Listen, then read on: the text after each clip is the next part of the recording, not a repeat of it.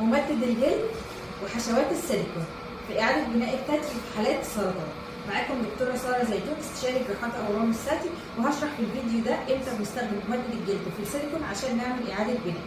أول حاجة هنتكلم عنها ممدد الجلد.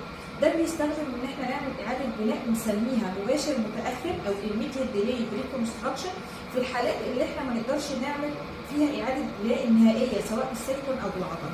فبنحط الجهاز ده بنسميه ممدد الجلد، عباره عن كانه بالونه فاضيه، وبنبتدي نحطها بعد ما نعمل استئصال الثدي تماما، ونشيل كل الجلد بتاع الثدي، بنحط الجهاز ده تحت العضله، وبنبدا نحقن صلاين او ميه ملح بالتدريج في العياده عشان نبتدي ننفخ الجهاز دوت واحده واحده لحد ما نبتدي نوصل للحجم المناسب للحاله، عشان نبقى عملنا جلد او بوكت نقدر بعد